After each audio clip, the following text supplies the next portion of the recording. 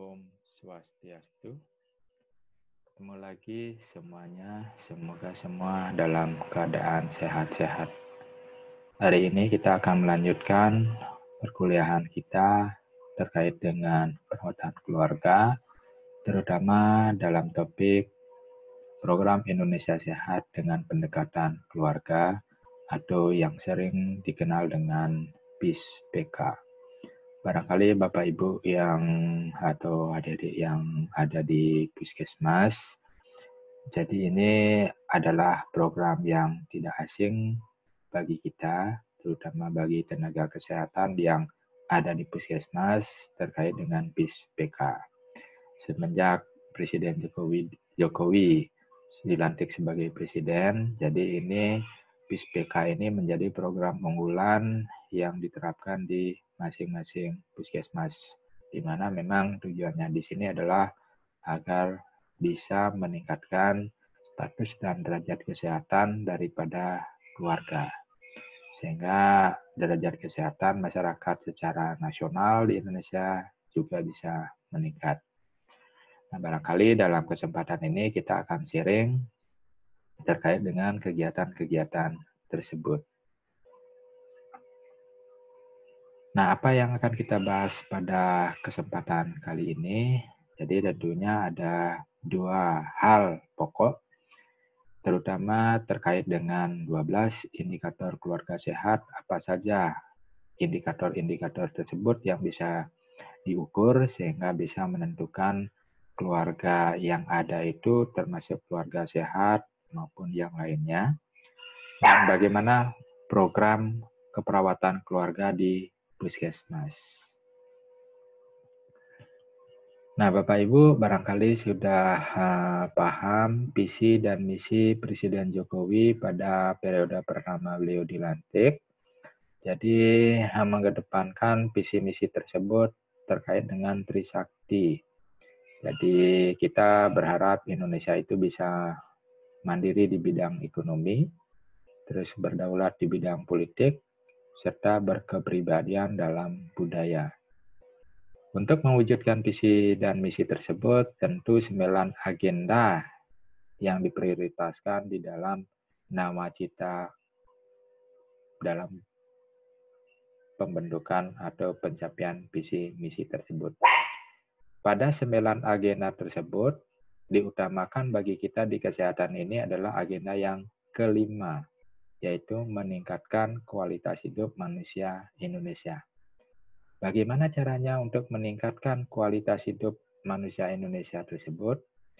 Ada 3 hal yang diterapkan di sini di Indonesia berdasarkan visi misi Presiden Jokowi itu. Yang pertama program Indonesia Pintar, yang kedua program Indonesia Sehat, dan yang ketiga program Indonesia Kerja, program Indonesia Sejahtera. Nah, terutama kita akan bahas di sini bagaimana menyelenggarakan program Indonesia Sehat di dalam nawacita tersebut. Ya, dalam program Indonesia Sehat, rencana strategisnya yaitu ada 3 hal lagi untuk mencapai program Indonesia Sehat, yaitu yang pertama paradigma sehat, yang kedua penguatan pelayanan kesehatan, yang ketiga jaminan kesehatan nasional. Sehingga diharapkan dari 3 kegiatan ini bisa tercapai yang namanya keluarga sehat dan keluarga sejahtera. Ya, tentu kita akan bahas lebih rinci terkait dengan pencapaian program Indonesia Sehat ini melalui 3 hal ini. Apa yang disebut dengan paradigma sehat, penguatan pelayanan kesehatan, maupun jaminan kesehatan nasional tersebut. Nah, ini dia Bapak Ibu pengembangan daripada program Indonesia Sehat melalui 3 kegiatan ini. Yang pertama paradigma sehat. Apa program-program yang bisa diselenggarakan di dalam paradigma sehat ini? Yang pertama, bagaimana mengutamakan, memprioritaskan daripada kesehatan di dalam setiap lini pembangunan yang dilakukan di Indonesia. Jadi apapun bentuk pembangunan yang diselenggarakan diharapkan itu ada kaitannya, ada sumbangsihnya daripada program kesehatan di sana. Sehingga selaras pembangunan yang ada dengan program-program kesehatan yang diselenggarakan. Nah, kemudian upaya promotif preventif itu akan menjadi pilar utama dalam upaya kesehatan. Ya, tentu kita tahu ada kegiatan-kegiatan di dalam kesehatan untuk meningkatkan dan mencegah daripada masalah. Jadi promotif dan preventif. Ya, misalnya saat ini ada wacana bagaimana setiap desa itu ada perawat. Ya, mudah-mudahan itu nanti terselenggarakan, tercapai sehingga program promotif dan preventif itu akan bisa menjadi lebih dioptimalkan. Kemudian memberdayakan daripada masyarakat. Ya, tentu kita berharap bahwa setiap potensi sumber daya masyarakat yang ada di lingkungan desa, banjar, kelurahan, dan lain sebagainya, itu bisa diberdayakan di dalam upaya kesehatan. Sehingga bisa diberdayakan sumber daya yang dimiliki. Nah, itu terkait dengan paradigma sehat, kemudian penguatan pelayanan kesehatan. Jadi, apa programnya di dalam penguatan pelayanan kesehatan? Yang pertama, meningkatkan akses terutama pada FKTP. Ya, jadi di sini adalah bagaimana fasilitas kesehatan tingkat pertama itu harus dikuatkan dan ditingkatkan. Ya, misalnya di sini adanya dokter-dokter perorangan, dokter spesialis, dan lain sebagainya yang praktek mandiri. Itu harus dikuatkan sehingga pelayanan tingkat pertama itu akan lebih baik. Masyarakat lebih mudah untuk mencapai pelayanan-pelayanan tingkat pertama tersebut. Berikutnya, optimalisasi sistem rujukan. Ya, ini juga penting ketika di FKTP itu tidak bisa menangani, kira-kira kemana alur rujukan yang tepat, yang bisa dilakukan sehingga penanganan daripada masyarakat yang mengalami masalah kesehatan itu bisa lebih baik. Ya, tentu yang lainnya mutu. Ya, bagaimana kita harus bisa meningkatkan mutu pelayanan kesehatan yang diberikan di pelayanan. Apakah meningkatkan sumber daya, apakah meningkatkan fasilitas, dan lain sebagainya. Sehingga mutu itu benar-benar bisa terjamin. Kemudian penguatan di pelayanan kesehatan yang lain adalah penerapan pendekatan continuum of care. Ya, tentu setelah dirawat di rumah sakit, setelah pulang, ya barangkali di rumah bagaimana perawatan lanjutannya. Ya, tentu wacana-wacana yang saat ini adalah adanya perawat di tingkat desa, setiap desa ada perawat. Nah, ini bisa menjembatani untuk continuum of care tersebut. Sehingga ada perawatan lanjutan yang dilakukan di rumah. Kemudian penguatan pelayanan kesehatan yang lain, intervensi berbasis risiko kesehatan. Jadi apa yang dikerjakan ya tentu untuk bisa meningkatkan daripada derajat kesehatan, melihat faktor-faktor dampak-dampak yang bisa ditanggulangi di dalam melakukan tindakan tersebut. Sehingga intervensi-intervensi tersebut bisa diketahui kira-kira kalau mengerjakan apa, risikonya apa yang bisa terjadi. Sehingga apa yang akan dikerjakan itu sudah diketahui dampak-dampak yang bisa ditimbulkan. Nah, kemudian di dalam program Indonesia Sehat itu yang terakhir jaminan kesehatan nasional. Tentu di sini diharapkan benefitnya akan lebih banyak dibandingkan dengan kerugiannya. Ya, tentu benefit dalam hal kesehatan. Ya, jadi keuntungan-keuntungan di dalam meningkatkan derajat kesehatan. Ya, apakah dengan dana gotong royong tersebut, jadi setiap masyarakat yang mengalami masalah itu bisa diringankan daripada beban biayanya, sehingga mereka bisa berobat ke fasilitas pelayanan kesehatan secara gratis dan lain sebagainya. Sehingga intinya di sini adalah bagaimana mendapatkan keuntungan yang optimal di dalam pelayanan kesehatan, bukan hanya keuntungan di dalam finansial. Nah, sehingga di JKN ini sistem pembiayaannya seperti asuransi gotong royong. Ya, jadi beberapa yang bayar ketika ada satu orang sakit, ya, jadi iuran itu yang dihibahkan diberikan ke keluarga yang sakit tersebut. Sehingga asalnya di sini saling membantu gotong royong. Kemudian kendali mutu dan kendali biaya ini harus dioptimalkan. Ya, tentu kita tahu bahwa BPJS selalu ya diberitakan mengalami defisit, kerugian, dan lain sebagainya. Nah, gimana ini harus bisa benar-benar dikendalikan, baik itu mutu pelayanan yang diberikan, sehingga masyarakat tidak mengeluhkan kalau BPJS pelayanannya kurang, dan kemudian bagaimana kendali biayanya, manajemen biayanya, sehingga tidak selalu nanti mengeluhkan ya, defisit daripada anggaran dan lain sebagainya. Nah, kemudian di dalam JKN itu tentunya sasarannya adalah kepesertaan daripada JKN. Apakah dia itu penerima bantuan iuran dari pemerintah yang dibayarkan oleh pemerintah maupun non-PBI yang sifatnya pribadi perorangan. Ya, itu menjadi sasaran. Tidak hanya yang bayar saja secara pribadi yang dilayani, tetapi yang dibayarkan oleh pemerintah juga menjadi sasaran utama di sini. Nah, kemudian kepesertaan JKN itu tentu ada buktinya dalam bentuk kartu KIS, Kartu Indonesia Sehat tersebut. Nah, ini programnya yang diselenggarakan.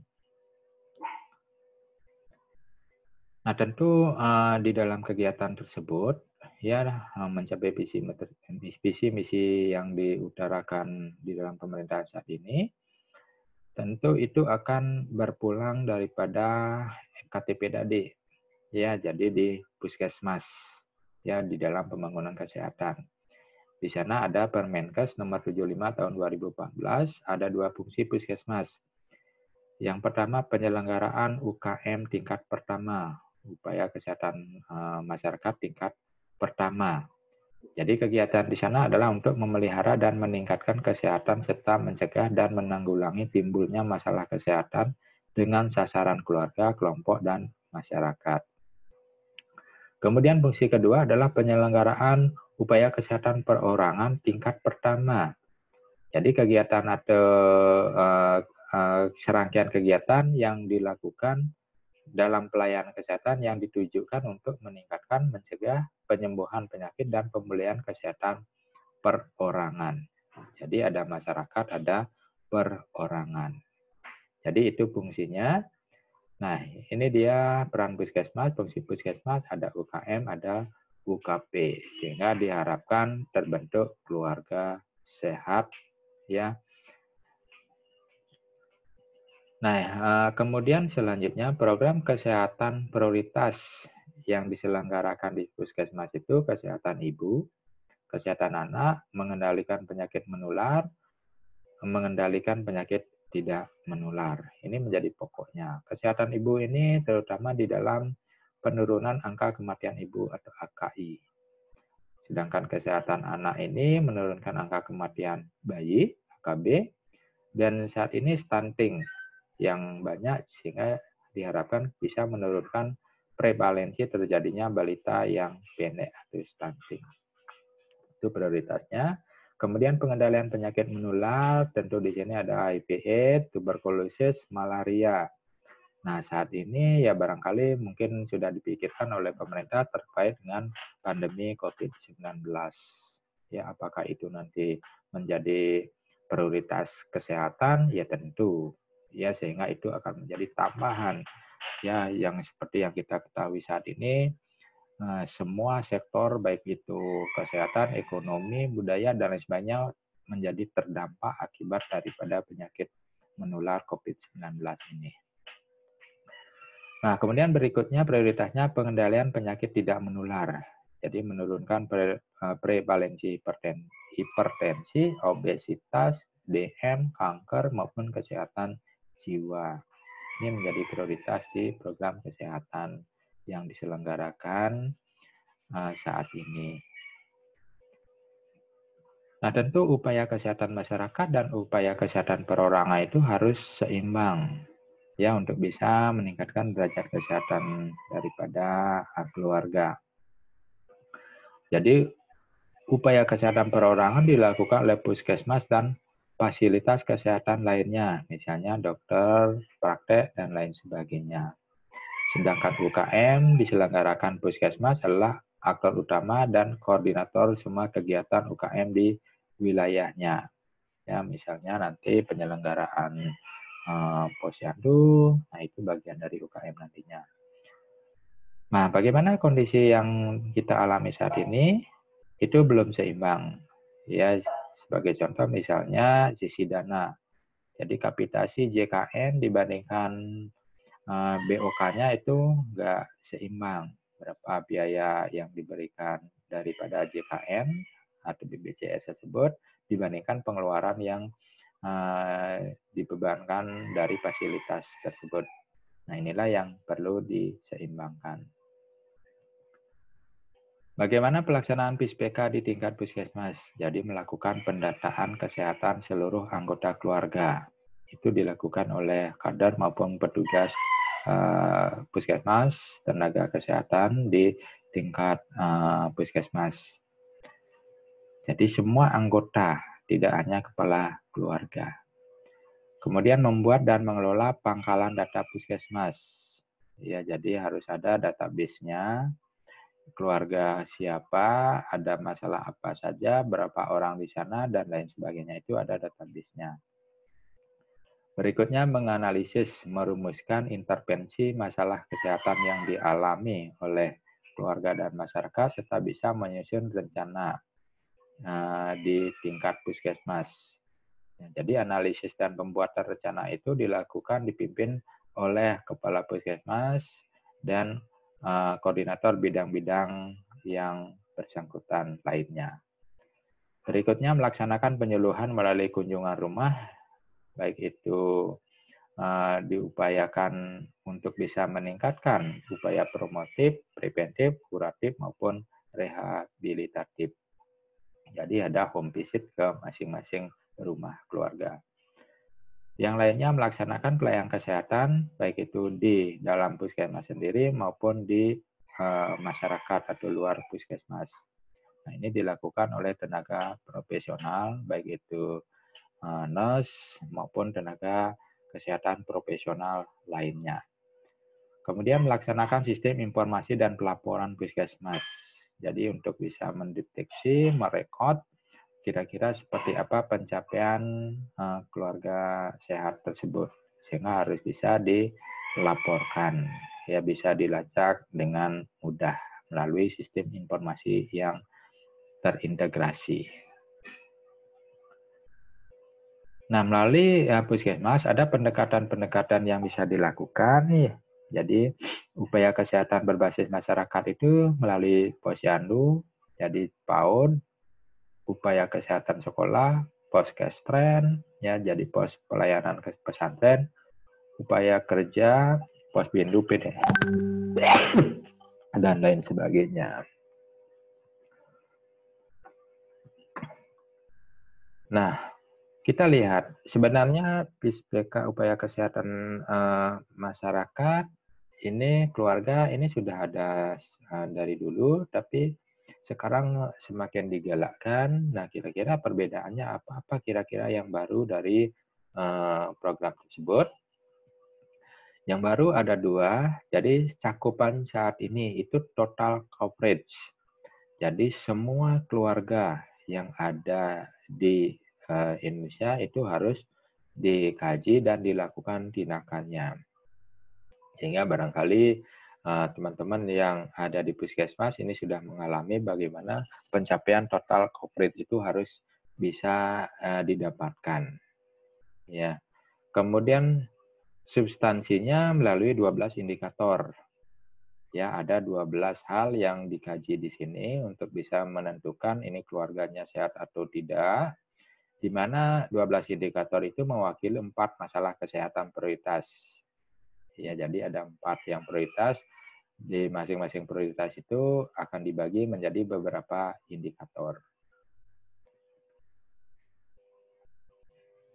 Nah, di dalam keluarga sehat ini batasan operasional yang disebut sebagai keluarga tersebut adalah keluarga inti. Kadang-kadang satu rumah itu bisa terdapat lebih dari satu kepala keluarga. Nah, kalau seperti itu kondisinya tetap kepala keluarga itu anggotanya juga harus dikaji sehingga disebut sebagai total coverage. Indikator yang digunakan ada 12 ya, di mana masing-masing itu nilainya 1. Di dalam pemilihan indikator harus smart ya, jadi bisa diterima masyarakat, tidak sesat, kemudian relatif sering untuk dilakukan. Sehingga di dalam pencapaiannya nanti ada 3 strata yang akan bisa ditentukan, keluarga sehat, keluarga prasehat, keluarga tidak sehat, berdasarkan nilai yang dicapai. Ini 12 indikatornya ya daripada keluarga sehat tersebut. Jadi program gizi kesehatan ibu dan anak. Ini ada keluarga mengikuti KB enggak, ibu bersalin di fasilitas kesehatan, bayi mendapat imunisasi, bayi diberikan ASI, pertumbuhan balita dipantau, dan lain sebagainya. Kemudian pengenalan penyakit menular dan tidak menular terkait dengan penderita TB, berobat sesuai standar, hipertensi maupun gangguan jiwa. Perilaku dan kesehatan lingkungan, tidak ada anggota yang merokok, kemudian akses terhadap air bersih pada keluarga, kemudian memiliki akses jamban, kemudian keluarga itu menjadi anggota JKN atau ASKES yang lainnya apa tidak. Nah, inilah 12 indikator tersebut. Nah, ini barangkali pencapaian PISPK tersebut ya. Dari gambarnya ini silakan dilihat sebagai sesuai dengan 12 indikator tersebut. Ini indikator dan pencapaiannya. Misalnya keluarga mengikuti program KB. Apa yang bisa dilihat untuk menentukan keluarga ini mengikuti program KB atau tidak? Jadi dilihat di keluarga tersebut tersedia pelayanan KB sampai di tingkat desa atau kelurahan. Kalau misalnya tersedia, ada misalnya puskesmas, fasilitas kesehatan mandiri, perorangan, kemudian dokter praktek, dan lain sebagainya, itu ada nggak di sekitar wilayahnya. Jadi promosi KB oleh pelayanan kesehatan di fasilitas kesehatan. Jadi mereka itu memberikan promosi nggak, menjelaskan nggak program-program KB. Kemudian bisa juga dilakukan promosi oleh pemuka masyarakat. Kemudian adanya pendidikan kesehatan reproduksi atau KB di sekolah-sekolah. PNS, anggota Polri, dan anggota TNI sebagai panutan untuk bisa melakukan KB. Kemudian kampanye nasional tentang KB, tersedia pelayanan medis dan KB sampai di tingkat puskesmas. Ya, jadi ini indikator pencapaiannya untuk mendukung keberhasilan daripada setiap keluarga itu melakukan kegiatan KB, ya. Nah, kemudian ibu melakukan persalinan di fasilitas kesehatan. Jadi di sini faktor pendukungnya tersedia pelayanan puskesmas yang berkualitas, tersedia rumah tunggu kelahiran dan ambulan, tersedia pelayanan ANC, antenatal care di puskesmas, promosi oleh tenaga kesehatan dan kader PKK terkait dengan persalinan tersebut. Jadi ini pendukungnya. Kalau ini diterapkan dengan baik, tentu masyarakat itu mau melakukan persalinan di fasilitas kesehatan. Kemudian yang lain, bayi mendapatkan imunisasi dasar yang lengkap. Agar mereka itu bisa mendapatkan imunisasi dasar yang lengkap, tentu kriteria pendukungnya di sini tersedia pelayanan imunisasi, ya, terutama imunisasi dasar di puskesmas. Promosi dilakukan tenaga kesehatan oleh pemuka agama, oleh kader, maupun adanya kampanye-kampanye yang harus minimal setiap anak itu dilakukan imunisasi dasar. Jadi kalau ini diselenggarakan dengan baik, tentu bayi itu akan diimunisasi oleh masing-masing orang tuanya. Kemudian bayi mendapat air susu ibu atau ASI eksklusif selama minimal 6 bulan. Jadi itu akan bisa dilakukan apabila tersedianya pelayanan konseling ASI di tingkat puskesmas. Ada ruang menyusui, baik itu di tempat-tempat umum, perkantoran, promosi oleh tenaga kesehatan, oleh kader PKK atau kompanya sama tadi. Ya, ini bisa menjadi indikator untuk bisa mencapai ASI eksklusif ini. Kemudian balita mendapatkan pemantauan pertumbuhan. Ya, tentu melalui kegiatan di masyarakat itu harus ada posyandu yang diselenggarakan minimal 1 bulan sekali, supervisi dan bimbingan yang reguler dari puskesmas, pemantauan pertumbuhan di tingkat sekolah, misalnya pre-klub, TK, kemudian promosi oleh kader PKK pemuka agama maupun promosi oleh tenaga kesehatan. Ya, jadi ini untuk mencapai balita mendapatkan pemantauan pertumbuhan dan perkembangan. Kemudian penderita tuberkulosis paru mendapatkan pengobatan yang sesuai dengan standar. Untuk bisa berobat sesuai standar, mudah dijangkau, tentu puskesmas harus tersedia pelayanan terkait dengan penyakit-penyakit tersebut, terutama di TBC. Kemudian tersedianya pengawas menelan obat (PMO) di rumah masing-masing, kemudian terutama di rumah masyarakat yang mengalami TB. Adanya promosi dari nakes, tenaga kesehatan, promosi kader, pemuka agama, maupun promosi di tempat-tempat umum, pasar, sekolah, dan lain sebagainya. Lanjut, indikator penderita hipertensi melakukan pengobatan secara teratur. Ya, tentu kalau misalnya diharapkan adanya pengobatan yang teratur dilakukan oleh masyarakat, itu harus ada akses pelayanan yang terpadu dan mudah. Tersedianya posbindu, pos pelayanan terpadu untuk penyakit tidak menular ini di setiap desa atau kelurahan. Sistem pengawasan keteraturan menelan obat, ya baik itu dilakukan oleh keluarga maupun kader. Tersedia pelayanan konseling, peningkatan kegiatan senam, aktivitas fisik ya yang dilakukan. Ya, yang sekarang sering kita kenal ini ada kegiatan prolanis, itu misalnya.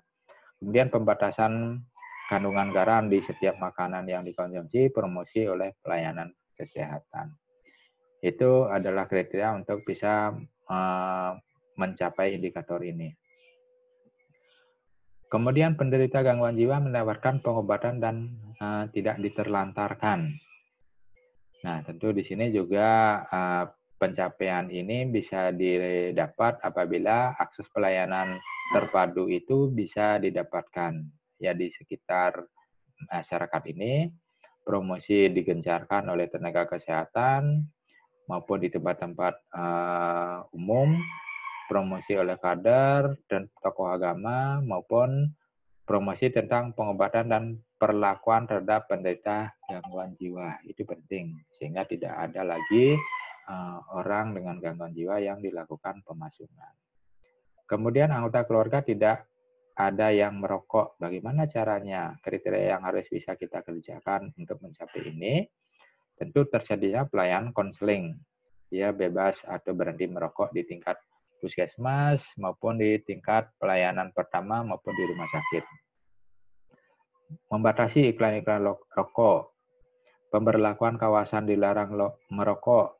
Pemberlakuan kawasan dilarang merokok di sekolah, madrasah, perguruan tinggi, dan lain sebagainya. Karena ini sering dilakukan oleh remaja. Kemudian keluarga mempunyai akses memiliki sarana air bersih. Jadi kriteria untuk bisa mencapai itu tersedianya sarana air bersih, ya terutama sampai ke tingkat masyarakat, di tingkat keluarga. Tersedia sarana air bersih di sekolah, promosi kesehatan selalu harus dilakukan, kemudian promosi oleh kader ya di masyarakat, Itu juga harus digencarkan. Yang ke-11, keluarga mempunyai akses atau menggunakan jamban. Ya, tentu di sini kriterianya tersedia jamban sehat di setiap keluarga. Kemudian tersedia jamban sehat di sekolah, promosi tenaga kesehatan, atau promosi kader atau pemuka agama. Ini untuk mencapai setiap anggota itu bisa menggunakan jamban yang sehat. Kemudian keluarga menjadi anggota di dalam jaminan kesehatan nasional. Nah, tentu ini harus ada pelayanan kepesertaan JKN yang mudah dan efisien. Kalau misalnya mahal, ribet, tentu mereka juga akan berpikir ulang untuk ikut di program tersebut. Tersedia pelayanan kepesertaan daripada JKN tersebut yang bermutu, merata, serta sistem rujukan yang nyaman dan jelas. Promosi tentang kepesertaan JKN, kampanye nasional tentang kepesertaan JKN. Ini adalah strategi upaya-upaya kriteria yang bisa dilakukan untuk mencapai indikator-indikator tersebut. Ya. Nah, ini 12 indikator tersebut. Selain 12 indikator tersebut secara nasional, di masing-masing puskesmas juga bisa puskesmas maupun daerah bisa membuat indikator lokal atau muatan lokal sebagai tambahan daripada 12 indikator tersebut sesuai dengan karakteristik masing-masing daerah maupun puskesmas. Ya, jadi ini bisa ditambahkan. Ya, kalau memang 12 indikator dasar ini sudah bisa dijalankan dengan baik di masing-masing daerah maupun puskesmas. Nah, jadi dipersilahkan daerah itu menambahkan muatan lokal. Nah, contohnya misalnya stimulasi perkembangan balita atau PAUD, ya Taman Posyandu, ya SDTK dan lain sebagainya. Pemberian tablet penambah darah bagi remaja, perilaku tidur menggunakan kelambu, bebas suntik untuk daerah endemis demam berdarah dan lain sebagainya. Itu bisa ditambahkan di masing-masing daerah sesuai dengan karakteristik masing-masing daerah juga. Ya, nah jadi itu bisa ditambahkan sesuai kemampuan dan karakteristik daerah. Nah, barangkali adik-adik, Bapak Ibu semua ini sering melihat tampilan brosur seperti ini. Nah, ini adalah bahan-bahan yang bisa dibawa ketika kita melakukan PISPK ke masing-masing keluarga.